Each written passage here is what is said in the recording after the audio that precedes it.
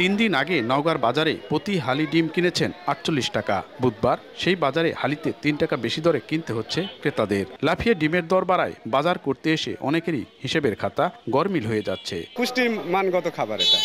ডিমের দামটা হাতের নাগালের মধ্যে থাকলে আমাদের সবার জন্য ভালো হবে। দামটা কমালে গরিব মানুষ সবাই কিনতে পাবে। ব্যবসায়ীরা বলছেন, পোল্ট্রি খামার থেকে চাহিদার তুলনায় ডিমের সরবরাহ কমেছে। ফলে চলতি সপ্তাহে হালিতে দাম বেড়েছে প্রকারভেদে 2 থেকে 3 টাকা। সরবরাহটা খুবই কম, যার কারণে দামটা বেশি। আমরা যখন ডিম কিনতে যাচ্ছি খামারওয়ালা বলেছে খাবারের দাম বেশি।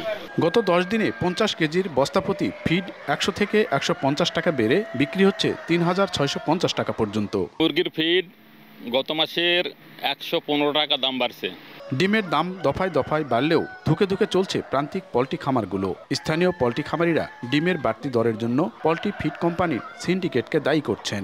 ফিড সিন্ডিকেট, বাচ্চা সিন্ডিকেট, আমাদের যারা এখানে পাইকারি মালটা কিনে নিয়ে যায় তাদের সিন্ডিকেট, এই সিন্ডিকেটে বেড়া জালে আমরা এখন সর্বশান্ত হয়ে গেছি। প্রাণী সম্পদ অধিদপ্তর জানায়, জেলায় ছোট বড় 300টি পোল্ট্রি ফার্ম রয়েছে। তবে ডিম উৎপাদনে সচল রয়েছে মাত্র 70টিতে, যেখান থেকে প্রতিদিন সরবরাহ হয় 40,000 ডিম। এমআর রকি, সময় সংবাদ, নওগাঁ।